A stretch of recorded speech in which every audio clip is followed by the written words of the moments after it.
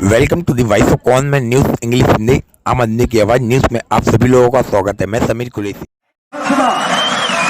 या युगाने तुमच्याला या दिशेने येण्यासाठी पाहण्यासाठी आतुर झालेले आहे असे आपल्या सर्वांचं लाडके नेतृत्व आदित्यजी ठाकरे साहेब यांचं युवा नेतृत्व हार्दिक स्वागत आहे। आपल्या आवाजानं त्यांच्यापर्यंत आपल्या मनातील भावना आपण पोचवूया। एका दिनाने एका आवाजानं ती घोषणा देऊया। कोण आला रे कोण आला, कोण आला रे कोण आला, हा आवाज कुणाचा? आदित्य साहेबांचं आगमन या मंचाकडे होत आहे। हिंदू सम्राट सरसेनापती बाळासाहेब ठाकरे यांचा, शिवसेना पक्षप्रमुख मान्य उद्धवजी ठाकरे यांचा, युवासेना प्रमुख मान्य आदित्यसाहेब ठाकरे यांचा। कोण आला रे कोण आला, कोण आला रे कोण आला, आवाज कुणाचा, आवाज कुणाचा?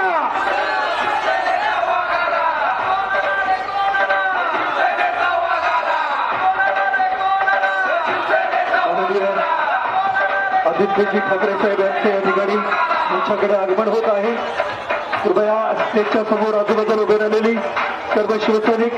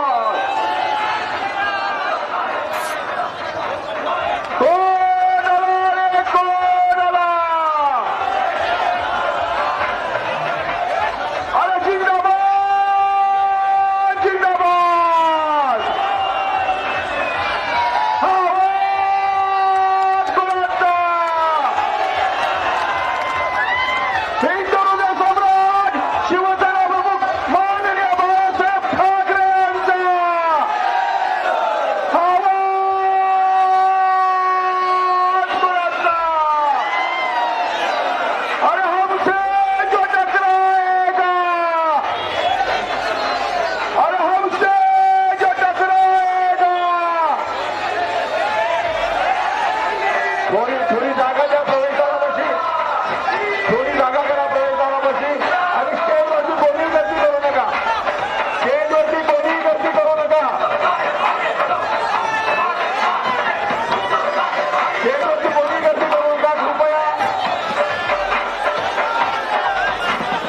स्टेजवरती कोणी गर्दी करू नका।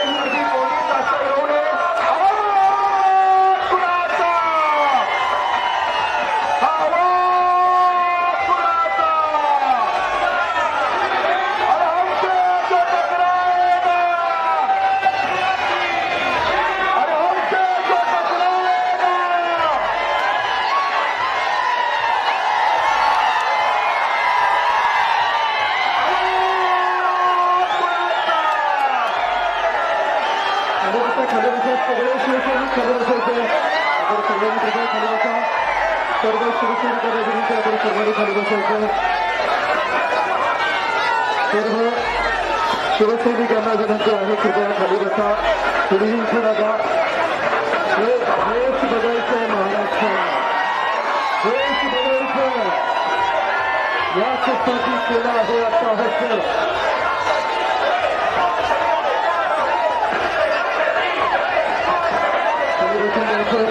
सगळ्या शिवसैनिकांना विनंती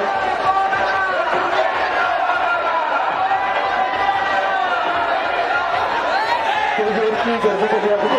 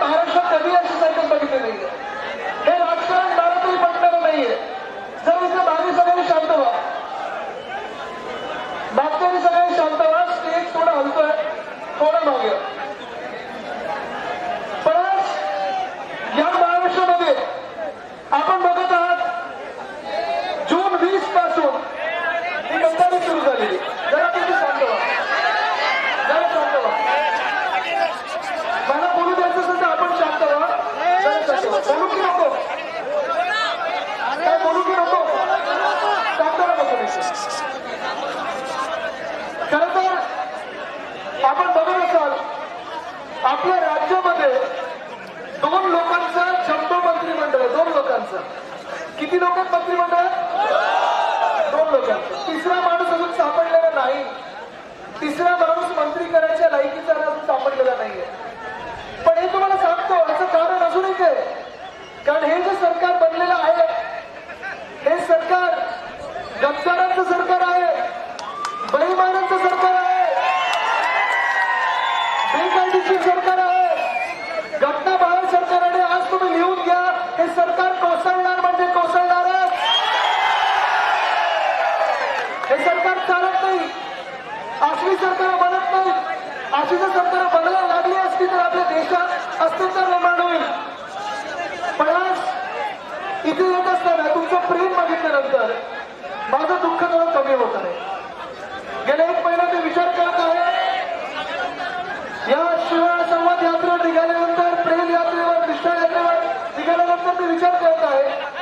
की मानगडी पाटील साहेब आपलं काय चुकलं, काय चुकलं तुम्ही मला सांगा. या गद्दारांना आपण काही कमी दिलं का?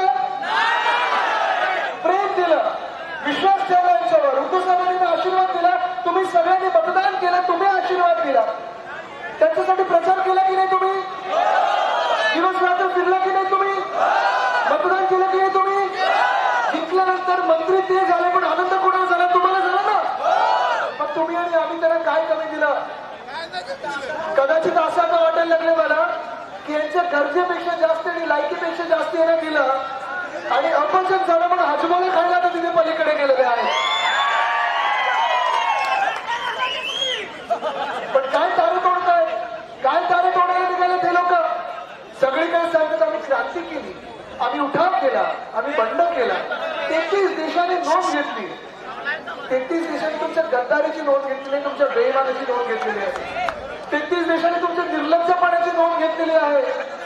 बंड करायला गद्दारी नाही, बंड करायला जिद्द असते, उठाव करायला हिंमत लागते, क्रांती करायला ताकद लागते. तुमच्यात काही नाही, कधी नव्हती. तुम्ही होतात आहात आणि राहाल ते गद्दार म्हणूनच आहात. गद्दार हा गद्दारच असतो. किती नाव बदलली तरी गद्दार हा गद्दार राहतोय, बंडखोर म्हणून ओळखला जात नाही. जर तुम्हाला बंड करायचं असतात तर 2.5 वर्षापूर्वी या सरकारमध्ये सामील नसतं झाला. जर तुम्हाला उठाव करायचा असता, तुम्हाला जर उठाव करायचा असतात, तुम्हाला जर क्रांती करायची असती तर 2.5 वर्ष मजामस्ती केली नसती. पण तुम्ही जे करून आलेला आहात ती गद्दारी केलेली आहे, गद्दारी केलेली आहे. अरे बाबा ते बंद करा ना, काय चाललंय? तुम्ही जे केलेली आहे ही गद्दारी केलेली आहे. गद्दारी करायला गेले कुठे होत? गुवाहाटीच्या आधी सुरतला गेलेले, तिथे पहिलं आमिष आणि सगळं दाखवलं गेलं. सुरतेला गेले, सुरतेला जाऊन मजामस्ती केली. तुम्ही काही व्हिडिओ तिकडचे बघितले असतील, एअरपोर्टवरून तिथे परमटत देताना कसे हलत डोलत होते. तिथून कुठे गेले? गुवाहाटी. गुवाहाटीला गेल्यानंतर मला दुःख या गोष्टीचं झालं की एका बाजूला याच प्रेसमधून आपण बघत होतो, टीव्हीवर बघत होतो, बातम्यांमध्ये वाचत होतो की ज्या गुवाहाटीमध्ये गेले हे लोक तिथे महापूर आलेला, भयंकर मोठा पूर होता. लाखो घरांना, लाखो लोकांना घरं नव्हती, लाखो लोकांना खायला अन्न नव्हतं, लाखो लोकांना घालायला वस्त्र नव्हती. पण अशा परिस्थितीमध्ये ज्या ठिकाणी पूर आलेला मोठा, लोक बेघर झालेली, तिथे हे 40 निर्लज्ज लोक मजा मस्ती करत होते, टी शर्ट ट्रॅक पॅन्ट घालून हॉटेलमध्ये धिंगाणा घालत होते. हे असले नेते तुम्हाला पाहिजेत का? जर हे खरोखर शिवसैनिक असते ना तर तिथे मदत करायला उतरले असते, त्या पाण्यात, पुराच्या पाण्यात उतरले असते मदत करायला. पण मतदार नाहीत आमचे म्हणून उतरलो नाही, आम्हाला गद्दारी करायचे म्हणून उतरलो नाही. ही वृत्ती घेऊन ते गुवाहाटीवरनं गोव्यात आले. आणि गोव्यात तुम्ही दुसरं चित्र बघा, हे स्वतःला हिंदुत्ववादी म्हणतात, हे स्वतःला शिवसैनिक म्हणतात, हे गद्दार आहेत, निर्लज्ज आहेत, बेईमान आहेत. तुम्हाला एका सेकंदात तुम्हाला दाखवू शकतो कसं. जर हे शिवसैनिक असते, जर हे शिवसैनिक असते तर या लोकांनी ज्या मिनिटाला आपले उद्धव साहेब, पक्षप्रमुख, कुटुंब प्रमुख, मुख्यमंत्री, हिंदू सम्राट बाळासाहेब ठाकरेंचे सुपुत्र, ज्या मिनिटाला त्यांनी मुख्यमंत्री पदाचा राजीनामा दिला, जेव्हा आम्ही वर्षाबंगला सोडला त्यावेळी हे निर्लज्ज गद्दार टेबलांवर चढून नाचत होते आणि हातवारे करत होते. हे तुमचे नेते असू शकतात का? हे तुमचे लोकप्रतिनिधी असू शकतात का? हा महाराष्ट्राचा चेहरा असू शकतो का? आज हेच मी तुम्हाला विचारायला आलेलो आहे की ही गद्दारी तुम्हाला पटणारी आहे का? कारण ही गद्दारी ही स्वतःसाठी केलेली गद्दारी आहे, ही गद्दारी त्यांच्या स्वार्थापोटी केलेली गद्दारी आहे. ही जी गद्दारी आहे ती त्यांच्या राक्षसी महत्वाकांक्षांसाठी केलेली गद्दारी आहे. आज तुम्ही इथे सगळे मला प्रेम आणि आशीर्वाद द्यायला आलेले आहात, तुमचं साक्षीने सांगू इच्छितो. त्या गद्दारांना मी इशारा देतोय, त्याला चॅलेंज देतोय की कदाचित तुमच्यावर काही दडपण असतील. मला माहित नाही काही दडपण आहेत, माहिती आहे का तुम्हाला काही दडपण आहेत? ऐकून आलं मला काय काय बघा, लोकांना माहिती आहे, सगळं त्यांचं सत्य माहिती आहे. थांबा, आता ते उतरलेत रणांगणात, थांबा. पण काय दडपण काय दिला गद्दारांना सांगा मला जरा. स्वतःला विकलं या लोकांनी, पण या गद्दारांना तुम्हाला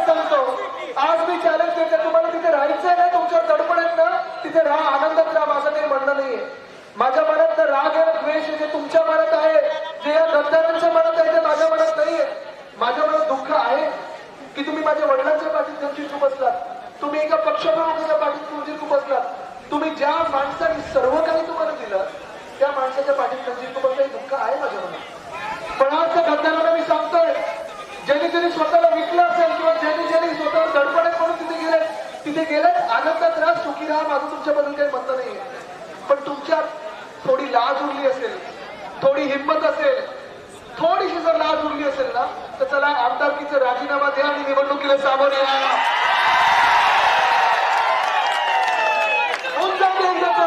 आपण दाखवून निवडणूक काय असतं आणि गद्दारी काय असतं, इमान काय असतो. आज मी तर हेच सांगतोय दादा,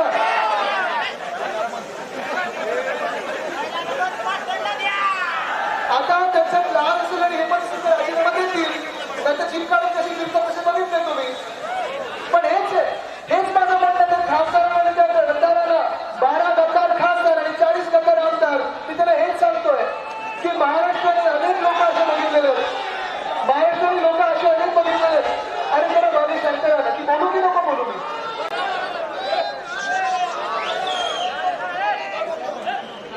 मी त्या लोकांना हेच सांगतो की महाराष्ट्रात गद्दारी अनेक वेळा बघितलेली आहे. पण आधीच्या बंडखोरांमध्ये एवढी तरी लाज होती की पक्ष बदलत असताना राजीनामा द्यायचे आणि पलीकडे जाऊन निवडणूक लढायचे. पण हे 40 गद्दार जे आमदार झाले, आपल्या मतदाराने झाले, तुमच्या आशीर्वादाने झाले, तुमच्या प्रेमाने झाले, उद्धव साहेबांच्या विश्वासाने झाले, उद्धव साहेबांच्या प्रेमापोटी झाले.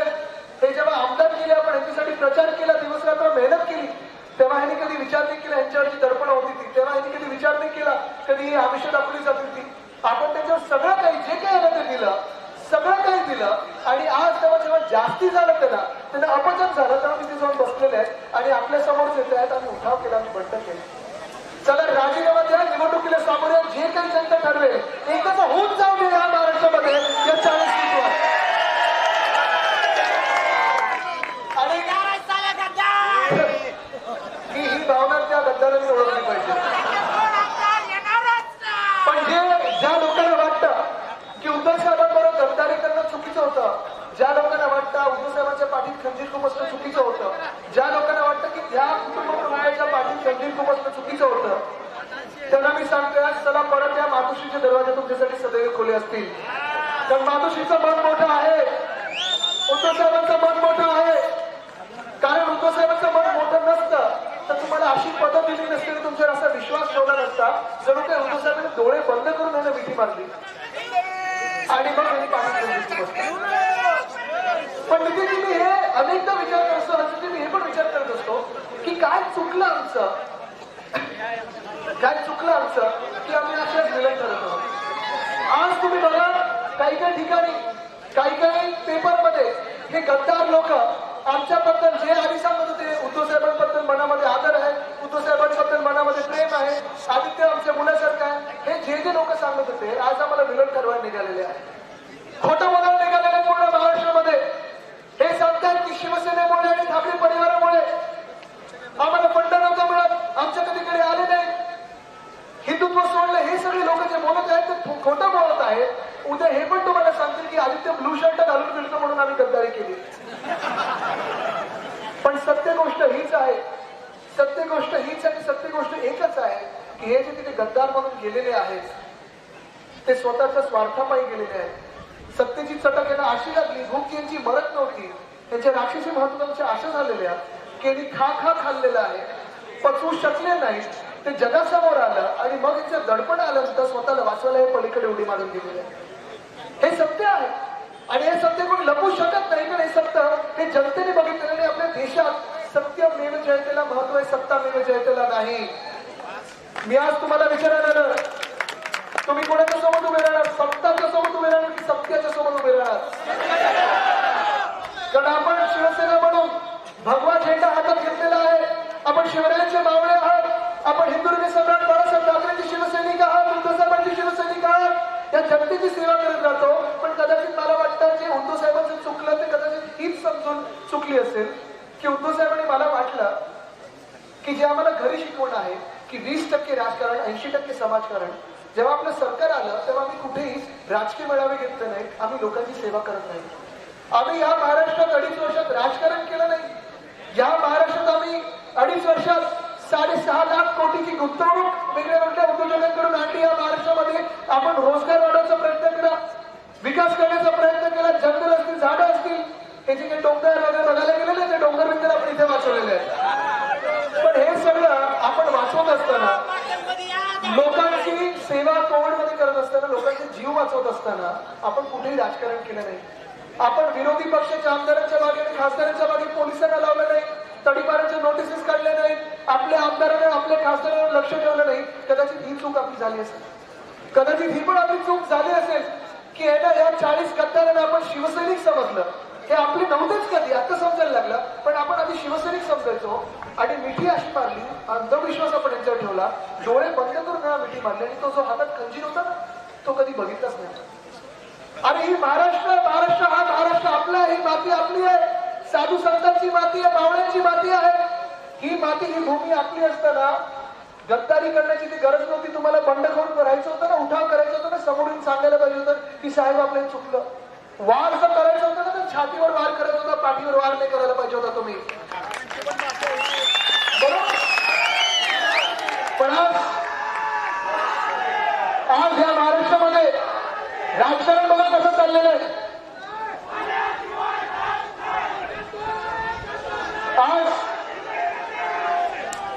आज या महाराष्ट्रामध्ये बघा राजकारण कसं चाललेलं आहे. एका बाजूला शिवसेनेला फोडण्याचं राजकारण सुरू आहे, ठाकरे परिवाराला एकटं पाडण्याचं राजकारण सुरू आहे, शिवसैनिकांची एकजुटी तोडण्याचं राजकारण सुरू आहे, हिंदूंची जी एकजुटी आहे राजकारण तोडण्याचं सुरू आहे, नागरिकांची जी एकजूट आहे, शांतता आहे, कुठे दंगली होत नाही, कुठे जाती धर्मांमध्ये वाद नाहीये, कुठेही भाषेमध्ये वाद नाही, जिल्ह्यांमध्ये वाद नाही, ते वाद निर्माण करण्याचा प्रयत्न सुरू आहे. एका बाजूला हे सुरू आहे, दुसऱ्या बाजूला राज्यपाल महोदय काय बोलत चाललेले आहे. त्यांनी आज माफी मागितली असेल, पण हे त्यांनी विधान जे केलं ते येणं पण चुकीचं होतं. असा विचार तरी हा भौतिक कसा होऊ शकतो, ज्या महाराष्ट्राने तुम्हाला एवढं मोठा मान दिला, सन्मान दिला, असा विचार तरी कसं करू शकता. एकदा तुम्ही ऐकलेले सावित्रीबाई फुलेंबद्दल काय बोललेले, त्यांचे उद्गार ऐकलेले, शिवरायांबद्दलचे उद्गार होते ते तुम्ही ऐकलेले. आणि परवाकडे जे बोलले मुंबई आणि ठाण्यामध्ये मराठी माणसाबद्दल बोललेले आहेत. म्हणजे जे नागरिक एकत्र आलेले होते, जिथे जिथे निवडणुका आले तिथे मताचं विभाजन करा आणि मतं जिंकण्याचा प्रयत्न करा. हे राजकारणात चाललेलं आहे. हे राजकारण तुम्हाला बाध्य आहे का.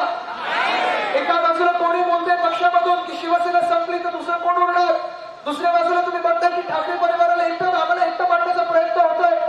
पण मी सगळ्यांना सांगत आहे की ह्या ठाकरे परिवाराला तुम्ही संपू शकत नाही, कारण ठाकरे परिवार शिवसेना परिवार माझ्या समोर बसलेला आहे. तुम्ही सगळ्यांचा परिवार आहात.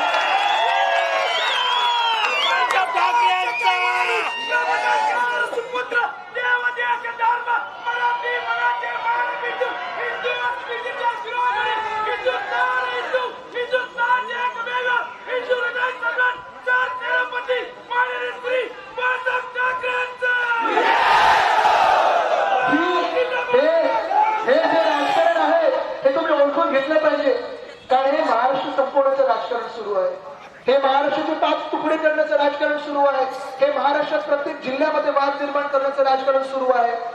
होय, आम्ही प्रत्येक गोष्ट जी केली ती अभिमानाने केली. आज पण तुम्हाला सांगतो, आपल्या महाविकास आघाडी सरकार जेव्हा स्थापन झालं, उद्धव साहेब जेव्हा मुख्यमंत्री झाले, तेव्हा 600 कोटी पहिला निर्णय जो आपला होता, मंत्रिमंडळाचा पहिला निर्णय जो होता, तो 600 कोटी आपल्या शिवरायांच्या रायगडासाठी दिले होते आपण.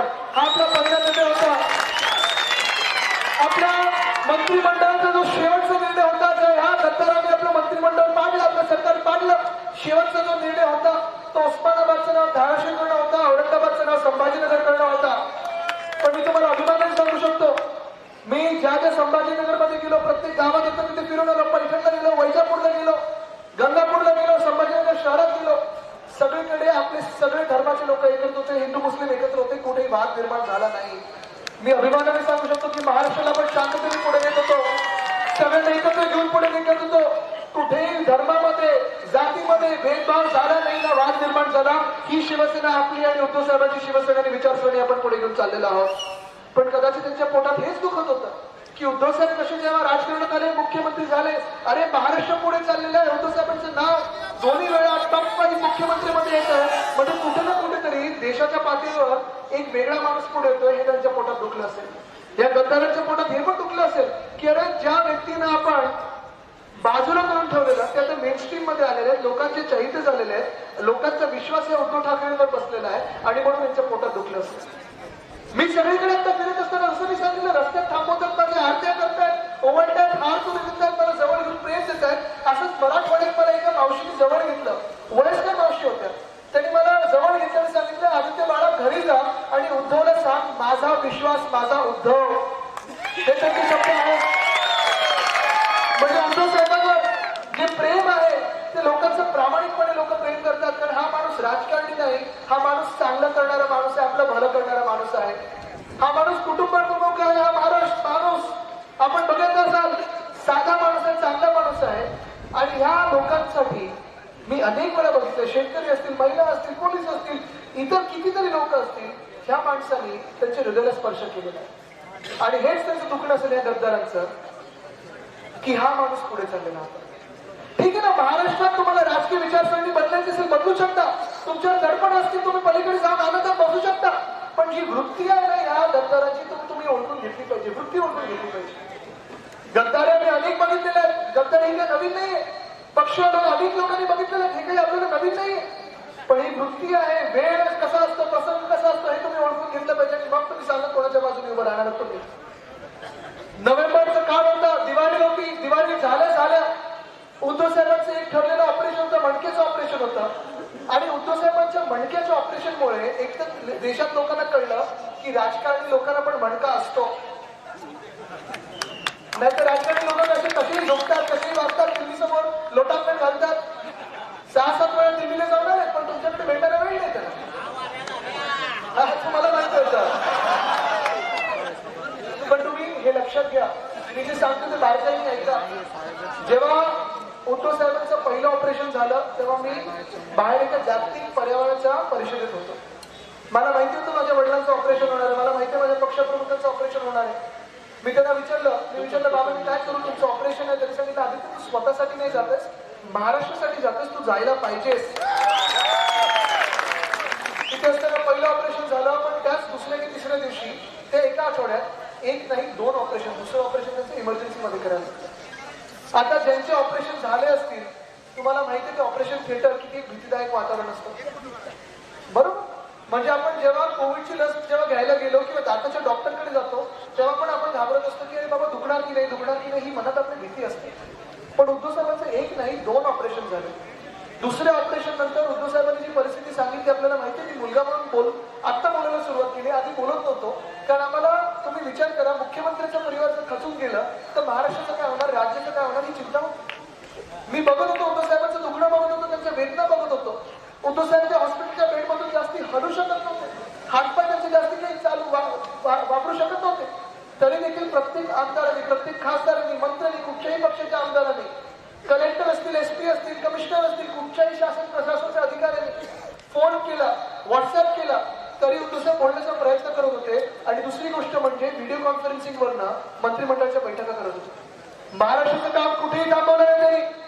पुढे जात असताना डिसेंबरमध्ये आपण आठवा कोविडचा काळ होता, कोविडचे आकडे वाढत होते, रुग्ण वाढत होते. आणि उद्धव साहेब त्या हॉस्पिटलच्या बेडमधून प्रत्येक दिवशी मी बघत होतो 3-3, 4-4 तास फोनवर बोलायचे लोकांशी, त्यांची एनर्जी संपायची, हलू शकत नव्हते, तरी देखील ते बोलायचे की माझा महाराष्ट्र कसा आहे. हे उद्धव साहेबांच्या मनात होतं, ही काळजी उद्धव साहेबांची होती आणि ती अजून देखील आहे. पण हे होत असताना दुसऱ्या बाजूला हे निर्लज्ज गद्दारांचे नेते, ज्यांनी उद्धव साहेबांची काळजी घ्यायला पाहिजे होती, ज्या गद्दारांनी खरं तर उद्धव साहेबांसाठी महाराष्ट्रात फिरायला पाहिजे होतं, ज्यांनी उद्धव साहेबांची येऊन विचारपूस करायला पाहिजे होती, ज्यांनी उद्धव साहेबांना सांगायला पाहिजे होतं साहेब मी तुमच्या सोबत आहे, तुम्ही मला सगळं काही दिलं, तुम्ही मला माझा राजकीय जन्म दिला, सामाजिक ओळख दिली, हे जे सांगायला पाहिजे होतं, माझं कर्तव्य तुमच्यासाठी फिरणं, हे केलं नाही. या गद्दारांनी काय केलं, आमदारांची जमवाजमव सुरू केली की तू येतोस का माझ्यासोबत, तू येतोस का माझ्यासोबत, चला शिवसेनेला फोडूया, मला मुख्यमंत्री करा, शिवसेनेला फोडूया. हे या लोकांनी केलं. हे राजकारण तुम्हाला पटणार आहे का? कारण हे मी मुलगा म्हणून बोलत आहे, मी आमदार म्हणून बोलत नाहीये. मी ते दुःख बघितलेलं आहे, माझ्या परिवाराचं दुःख बघितलेलं आहे, कठीण प्रसंग बघितलेला आहे. आणि जेव्हा ज्या परिवाराने तुम्हाला सगळं काही दिलं, ज्या माणसाने तुम्हाला सगळं काही दिलं, तर तो कठीण काळातून जात असतो. तुम्ही मला सांगा, तुम्ही तुमच्या आई वडिलांना किंवा काका मावशीला सोडणार का? तुम्ही तुमच्या गुरूंना सोडणार का? नाही सोडणार. आपण त्यांच्या सोबत उभं राहू, खंबीरपणे सोबत उभं राहू, जोपर्यंत तो माणूस बरा होऊन ठणठणीत होऊन बाहेर पडत नाही तोपर्यंत तरी मी थांबलो असतो, त्यांच्यासोबत फिरलो असतो, त्यानंतर पण फिरलो असतो. कधी मनात माझ्या गुरूंसोबत, माझ्या आई वडिलांसोबत, माझ्या पक्षप्रमुखांसोबत मी गद्दारी करण्याचा विचार देखील आणला नसला. कारण ह्या लोकांना जे काही उद्धव साहेबांनी दिलं ते एवढं होतं की काही लोकांना अशी खाती पण दिली जी मुख्यमंत्र्यांनी कधी 40 वर्षात सोडली नव्हती. एवढा विश्वास ठेवलेला उद्धव साहेबांनी, एवढं प्रेम दिलं उद्धव साहेबांनी. पण त्या काळात या लोकांनी गद्दारी केली.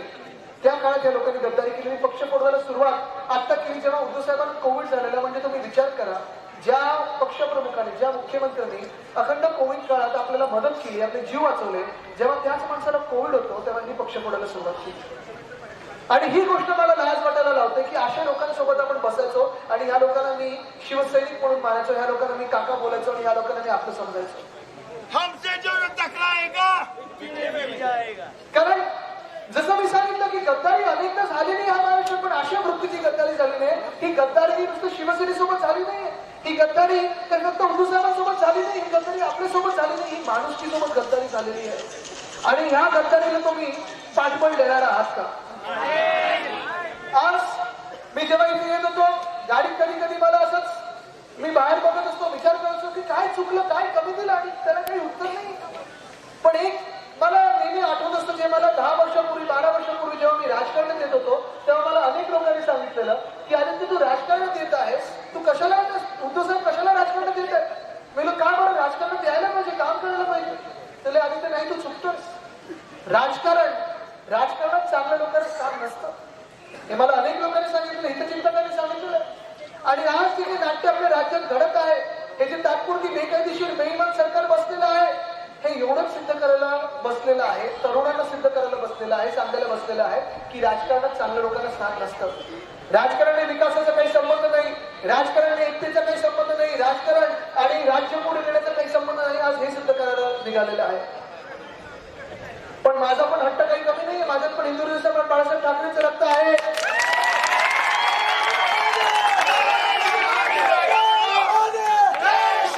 पक्षप्रमुख उद्धव साहेब ठाकरेंचं रक्त आहे, आई वडिलांचे संस्कार आहेत, राज्य आजोबांचे संस्कार आहेत आणि त्यांनी हेच शिकवले, रडायचं नाही, लढायचं नाही. मी आज तुमच्या सोबत महाराष्ट्राला नाही, देशाला नाही, तर जगाला हे सिद्ध करायला निघालेलो आहे की ह्या राजकारणात चांगल्या लोकांना स्थान असतं. तुम्ही माझ्यासोबत उभी राहणार की नाही? कारण ह्या राजकारणात आपण बघत आहात, या राज्यामध्ये आज आम्हाला हिंड पाडण्याचा प्रयत्न होत आहे, आज आम्हाला राजकारणातून बाहेर ढकलण्याचा प्रयत्न होत आहे, आज आम्हाला संपवण्याचा प्रयत्न होत आहे. सांभाळते ते आम्हाला महाराष्ट्राची जनता सांभाळते, देशाची जनता सांभाळते. मी बघत आहे सगळे काही तिथे तिथे जात आहे, मला लोक जवळ घेऊन सांगत आहेत की आम्ही तुमच्या सोबतच, घाबरू नका, ह्या गद्दाराला मी कधी पाठिंबा देणार नाही. आज मी तुम्हाला विचारायला आले, बाकी काही मागायचं नाही मला आपल्याकडे. मला नुसतं आपल्याला एकच सांगायचंय की जर तुम्ही मला काही देणार असाल तर मला प्रेम आणि आशीर्वाद द्या, ह्याची मला गरज आहे. आणि तुम्ही जर ते प्रेम आणि आशीर्वाद देणार असाल तर हात वरती करून भरभरून प्रेम आणि आशीर्वाद द्या. कारण ह्या प्रेमाला आणि ह्या आशीर्वादाला उत्तर देऊ शकत, कोणी टक्कर देऊ शकत. मला हेच सिद्ध करायचंय की महाराष्ट्रात आणि देशात आणि जगात चांगल्या लोकांना राजकारण स्थान असतं. आपण चांगलं काम करू, निष्ठावंत लोक एकत्र येऊ आणि महाराष्ट्र आणि शिवसेना लढू. धन्यवाद. जय हिंद, जय महाराष्ट्र, वंदे मातरम. आदित्यजी, मी आपल्याला एकच विनंती करेन की ह्या पाट्यामध्ये आपण आदरणीय उद्धवजी ठाकरे साहेबांच्या आदेशान्वये भानुप्रताप कदम यांची जिल्हा प्रमुख नियुक्त केलेली आहे. भानुप्रताप आता काही महिन्यापूर्वी जिल्हा प्रमुख झाला आणि एका त्यांना बांड अशा या शिवसैनिकांनी सर्वांना बरोबर घेऊन एवढं भगवं वलय जे उभं केलेलं आहे, त्यांचं जरा पुष्पगुच्छ देऊन त्यांचं कौतुक करावं अशी विनंती करतो.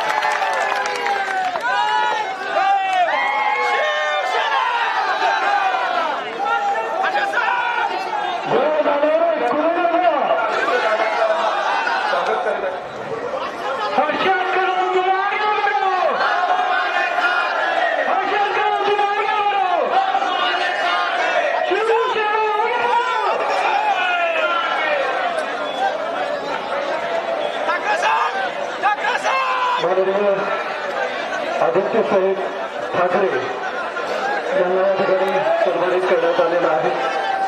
Harshal Kadam. Kindly like, share and subscribe. Don't forget to press the bell icon for updates.